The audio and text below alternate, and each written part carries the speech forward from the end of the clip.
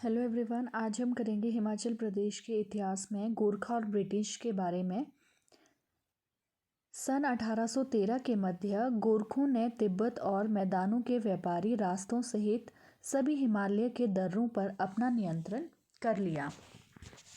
अंग्रेजों की व्यापारिक रुचियों के कारण उन्होंने ब्रिटिश हिमालयन पॉलिसी का निर्माण किया। जब अंग्रेजों को पता चला कि गोरखा उनके साथ सहयोग नहीं कर रहे हैं तो 1 नवंबर 1814 को उन्होंने गोरखों के विरुद्ध युद्ध का ऐलान कर दिया तथा इस युद्ध में बुशहर, कहलूर, हिंडूर आदि रियासतों ने अंग्रेजों का साथ दिया।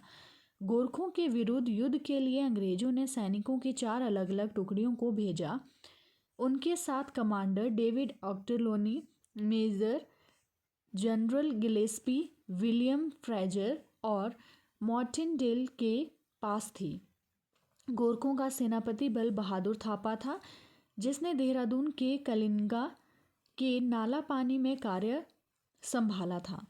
गिलेस्पी ने उस पर आक्रमण किया और जीत हासिल की। सिरमौर में अमर सिंह थापा के बेटे रंजौर थापा को जब ब्रिटिश सेना के आगमन का पता चला तो उन्होंने जैतक किले से ब्रिटिशों पर जोरदार आक्रमण किया।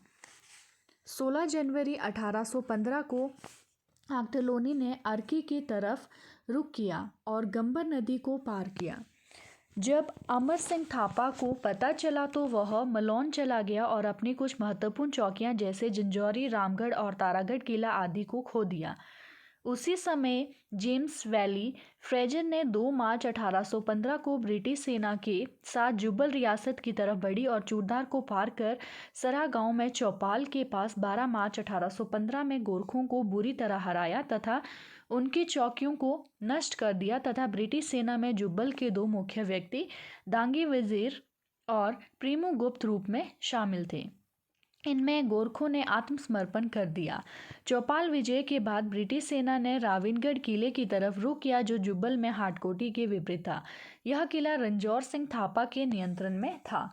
17 मार्च 1815 को ब्रिटिश सेना में बुशहर सेना भी शामिल हो गई, जिसके सेनापति बद्री और टिक्कम दास थे।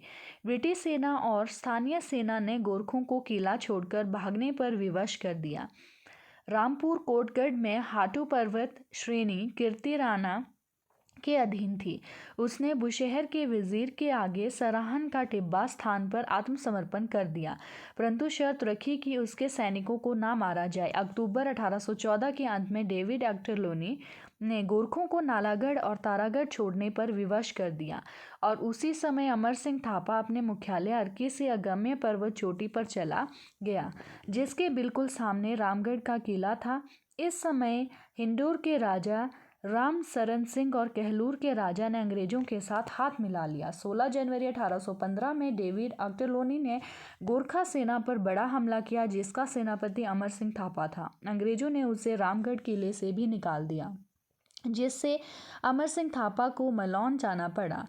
अब डेविड ऑक्टरलोनी ने मलौन किले पर निशाना साधा, जहां एक बहुत बहादुर अधिकारी भक्ति थापा मारा गया। उसी समय समाचार मिला कि कुमाऊं का पतन हो गया तथा रंजौर सिंह थापा सिरमौर में जैतक किले को नहीं बचा पाया। आखिरकार परिस्थितियों से हार कर अमर सिंह थापा ने आत्मसमर्पण 28 नवंबर 1815 में कर दिया तथा गोरखा जनरल अमर सिंह थापा और अंग्रेज मेजर जनरल डेविड ऑक्टरलोनी के बीच संगौली की संधि पर हस्ताक्षर किए गए, जिसको 4 मार्च 1816 को नेपाल के गुरु गजराज मिश्र व अंग्रेजों के पेरिस ब्रिडो शाह ने मंजूरी दी। इस संधि के अनुसार गोरखों को अपनी निजी संपत्ति के साथ काली नदी से सतलुज नदी के बीच की पहाड़ी जमीन को छोड़कर नेपाल भेज दिया तथा यहाँ अंग्रेजों का स्वामित्व हो गया। संगौली संधि का स्थान दिसंबर 1923 में निरंतर शांति और मित्रता की संधि ने ले लिया।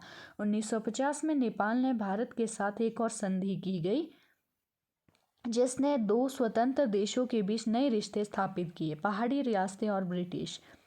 गोरखा ब्रिटिश युद्ध के बाद अंग्रेजों ने 20 पहाड़ी मुखियों को सुरक्षित समर्थन देने का निर्णय लिया, जो ब्रिटिश स्वामित्व के अंतर्गत आती थी। डेविड ऑक्टरलोनी ने प्लासी के एक संयुक्त सम्मेलन बुलवाया, जिसमें निर्णय लिया गया कि जिन भी पहाड़ी मुखियों की संपत्ति और क्षेत्र गोरखों ने छीन लिए थे वे सब उन्हें वापस लौटा दिए जाएंगे। अंग्रेजों ने उन्हें सनद आज़ादी का आश्वासन दिया, परंतु शर्त रखी कि उन्हें ब्रिटिश राज की सर्वोपरिता स्वीकार करनी होगी। बहुत सी ठकुराइयों को सनद दे दी गई, जबकि खनेटी और देलत को बुशहर में शामिल कर लिया गया और कोठी, गुंठ योग, मधान और रतेश को कैंथल रियासत में तथा दादी और रावीगढ़ को जुब्बल रियासत में मिला दिया गया।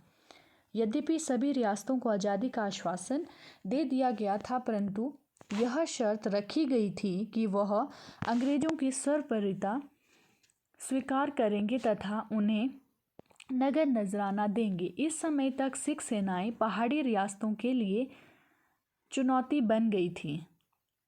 ब्रिटिश और सिख दोनों एक दूसरे की ताकत से डरते थे और इसीलिए एक दूसरे से झगड़ा मोल लेने से डरते थे, जिसके कारण 1809 में ईस्ट इंडिया कंपनी और राजा रणजीत सिंह के बीच अमृतसर संधि हुई। यह दोनों दो शक्तियों के बीच मित्रता संधि थी, जिसने रणजीत सिंह को सतलुज के दक्षिण में अपने क्षेत्र को बढ़ाने से रोका। 1839 में राजा रणजीत सिंह की मृत्यु के बाद सिख साम्राज्य अस्त व्यस्त हो गया तथा अंग्रेजों के प्रति संदेहजनक हो गया। अंततः सिख साम्राज्य की सेना उग्र खालसा ने सतलुज नदी को पार कर अंग्रेजों पर आक्रमण कर दिया तथा पहला एंग्लो सिख युद्ध 1845-1846 में शुरू हो गया। पहाड़ी राजाओं को रणजीत सिंह द्वारा अधिकृत क्षेत्र को वापस पाने का मौका मिला। नेक्स्ट है हिमाचल प्रदेश में छावनियों का निर्माण। हिमाचल प्रदेश में 7 छावनी एरिया हैं। सुबाथू 1815 तक यह गोरखों की सैनिक छावनी थी। एंग्लो गोरखा के युद्ध के बाद 1815 में अंग्रेजों ने इसे स्थापित कर नसीरी रेजिमेंट को बसाया। यह जिला सोलन में स्थित है। कसौली छावनी को अंग्रेजों ने 1842 में स्थापित किया था। यह सोलन जिले में है। जतोग छावनी शिमला जिले में स्थित है। 1843 ईस्वी में अंग्रेजों द्वारा इसे स्थापित किया गया था। डगशाई सोलन जिले में स्थित डगशाई 6078 फीट छावनी की स्थापना 1847 में पटियाला के महाराजा भूपिंदर सिंह से 5 गांवों को हासिल करके की गई थी। यहाँ मुगल काल में कैदियों को रखा जाता था। इसका नामकरण दागे शाही से हुआ था। बकलो चंबा जिले में स्थित बकलो को 1866 में छावनी बनाया गया था। नेक्स्ट है डलहौजी की स्थापना भारत के गवर्नर जनरल लॉर्ड डलहौजी ने 1854 में की थी। डलहौजी में छावनी की स्थापना 1867 ईस्वी में हुई थी। नेक्स्ट है लास्ट वन इज योल छावनी कांगड़ा में स्थित है। सन 1849 में अंग्रेजों ने इसे स्थापित किया था, लेकिन इसे छावनी का दर्जा 1942 में प्राप्त हुआ। ओके, तो यहाँ पे हिमाचल प्रदेश का इतिहास जो है हमारा टॉपिक कंप्लीट हो जाता है। इसके बाद हम चैप्टर नंबर 3 करेंगे। डिफरेंट जिला वाइज जो है हिमाचल की जितनी भी डिस्ट्रिक्ट्स हैं उनके बारे में पढ़ेंगे, उनकी हिस्ट्री।